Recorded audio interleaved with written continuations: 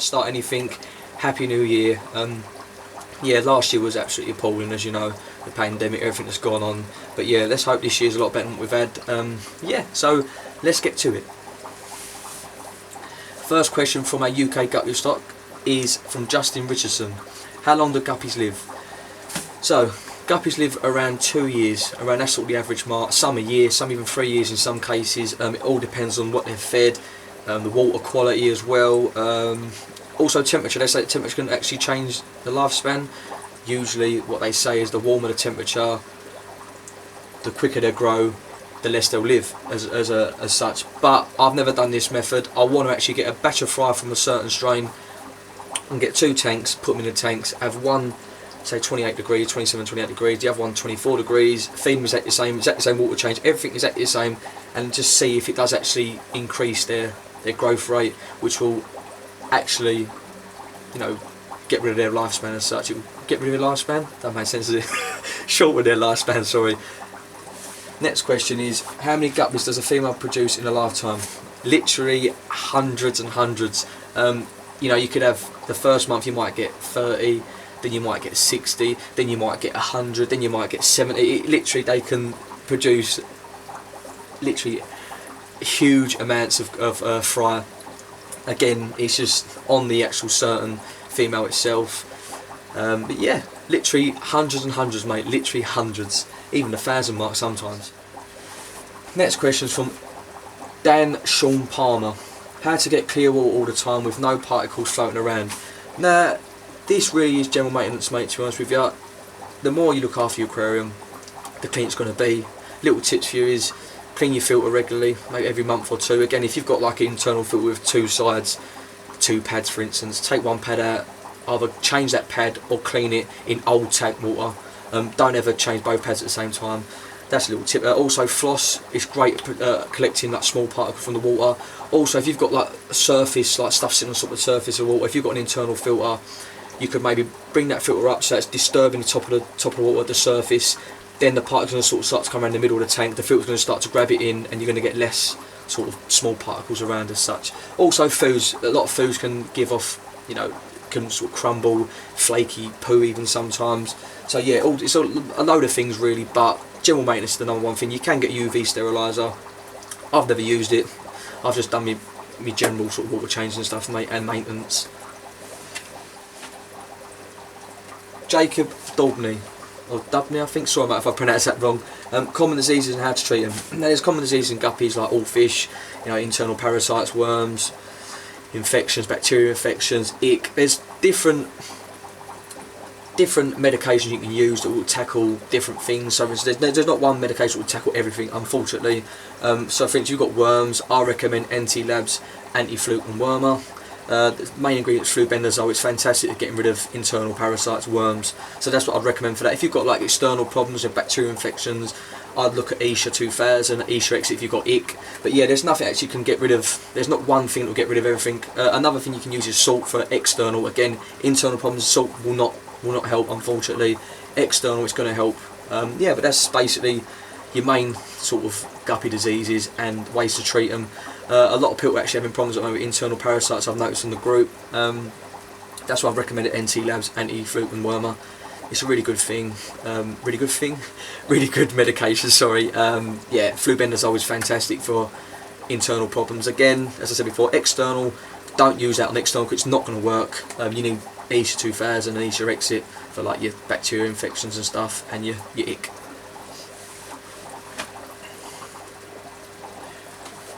Ronnie Simpsons, when should you stop generational breeding if there are no signs of strains coloration looking bad? I.e., how many times can you inbreed before you need new bloodline? So mate, it really is, I'm sure I read before a long time ago, it was around about the 50 sort of generation mark you start to get problems. Again, I've not actually had 50 generations of a certain strain, so I would just simply monitor it, mate. If you start getting abnormalities, bent spines, stuff like that, I would definitely look at bringing a new bloodline in, and then sort of your selective breeding as well, so that will help as well. If you're letting certain guppies that you don't really like, you're letting them sort of breed in there, you're going to get more problems. If you sort of selective breed as well, you're going to get better outcome, better guppies, and yeah, so basically just keep monitoring it, mate.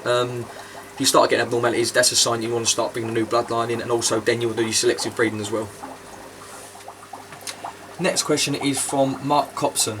I remember I saw my phone, so yeah, I had to go and get my phone. Next question, Mark Copson. Okay, do you know how guppies breed like rabbits? Mine never go full term, they just get huge and die. Why is this? The males are fine, water okay, and diet. Only thing I could sort of recommend that would be stress, if anything. Rather than, you know, I don't know if you try different methods, rather than moving the female out of the tank, maybe move the male out of the tank, leave the female as she is.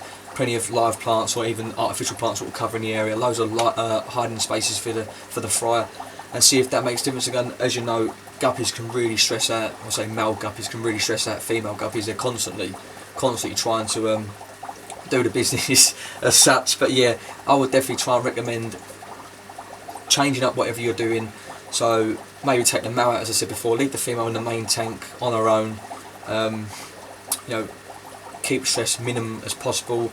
You know, don't have the light on for too long. Plenty of cover, and that you may find that will help, mate. Again, I don't know personally. I haven't seen the guppies, haven't sort of monitored them. But yeah, that's what I would do. I'd change up whatever I was doing before. I'd recommend, if you haven't done this already, mate, is dim the lights. Don't have them on for so long. Plenty of cover. Take the male out, leave her on her own, and sort of let her be, and see if that helps.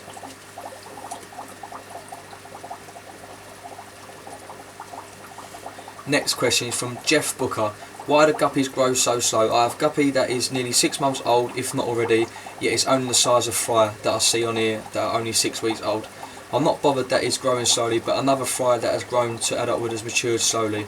They are healthy, so that's the main thing. So Jeff, mate, it could simply be the fact of your diet. So if you're not feeding them enough, with fry you want to feed them around 5 times a day.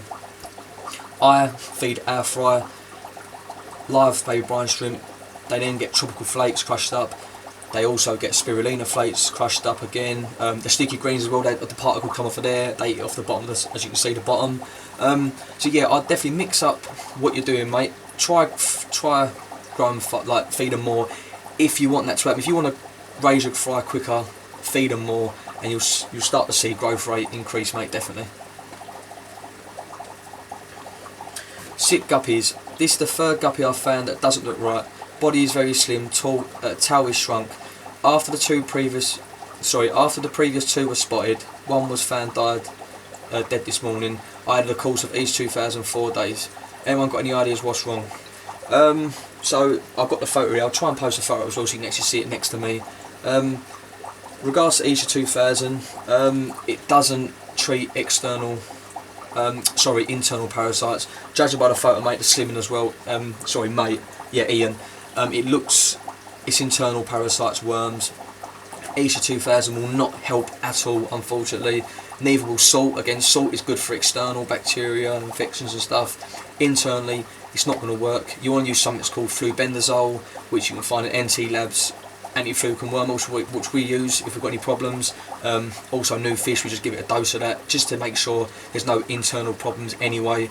Leave it a couple of months, then once again add the anti-fluke and wormer, just to erase any eggs that might have, you know, come out of the poop, got to the bottom and hatched, or even been eaten by other members of the tank. So yeah, anti-fluke and wormer is the one you want to use, mate, for internal parasites and worms. It says flubendazole is fantastic, and yeah, that's what I recommend.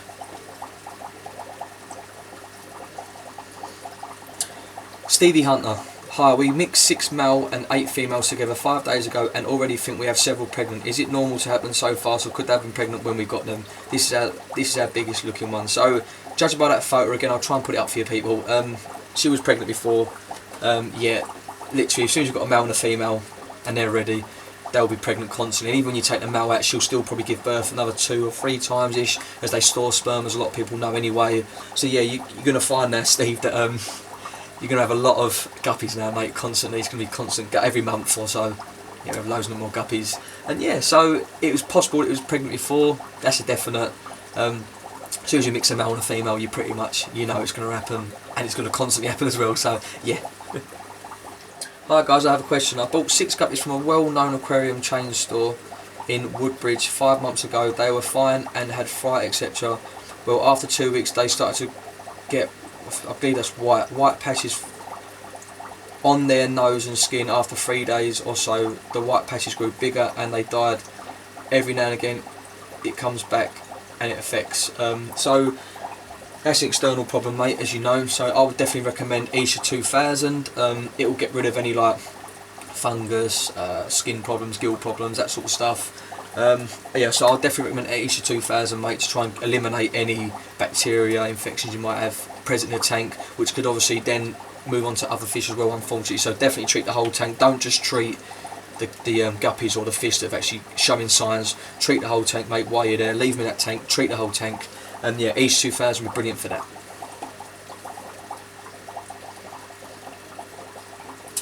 Brett Hilson, what is the best commercial foods to feed guppies, not frozen alive? So what would I use? Sorry, as you know, Aquatil's have got our own foods. As I said before, so yeah, I'll definitely use the guppy mini granules, which you use here. Fantastic for your guppies. Also, a benefit of the granules is it don't leave a lot of mess, so they normally consume it, whereas flakes I can obviously spit it out and stuff if it wasn't good quality flakes. So I would definitely use guppy mini granules. Tropical flakes as well, mate, they're brilliant. Spirulina flakes, again, spirulina is about 6% plant-based protein. It's full of essential minerals, essential fatty acids, easy to digest. You're not going to worry about any bloating and stuff. So yeah, spirulina is really good, which we do provide in the sticky greens and also spirulina flakes.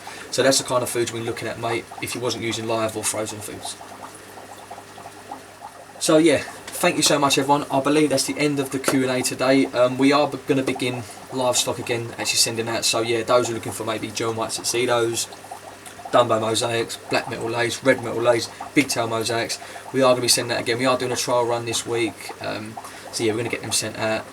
Touch wood, it goes well. We're going to put longer life heat packs as well, just in case any delays again with our courier service. And yeah, so that's that. The shop's going really well. Hopefully around March, as I said before. And yeah, can't wait to meet you all. Cheers all.